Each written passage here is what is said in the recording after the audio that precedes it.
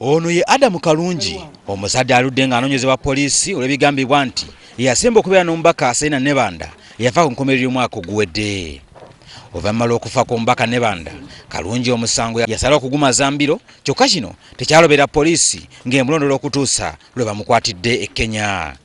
Okusinziira ku myuka w'omwogezi wa poliisi mu Uganda, Sekate, poliisi y'e Kenya ng'ekolaganye wamu ne ya Uganda be bakutte Kalungi era nga bamusanze Mombasa nga yeekwese. Olunaku olwaleero amakya ga leero, gavumenti ya Kenya okusinga ddala poliisi y'e Kenya esobodde okutukwasa oba okudipotinga Adamu Sulaiman Kalungi owabangi gwe bayita Luli eyali yadduka mu Uganda era ng'abadde yeekukumye mu Mombasa nga gye yeekwese oluvannyuma olw'okufa lwa Honorable Cerinah Nebanda. Oluvannyuma lw'okukwatibwa, Kalungi bamuweereza mu Uganda era bamuyisizza malaba.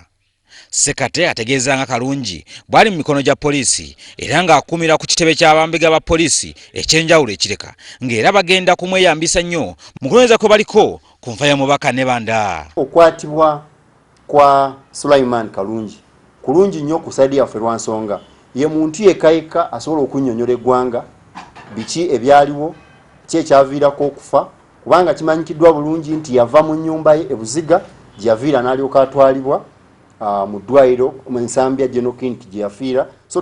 Ku ntandikwa ya Sabbiiti eno, poliisi ya Uganda yasaba poliisi y'ensi yonna okunyonyezaako Adamu Kalungi, kino nga kyawaliza poliisi ya Kenya okutandika okumuyigga.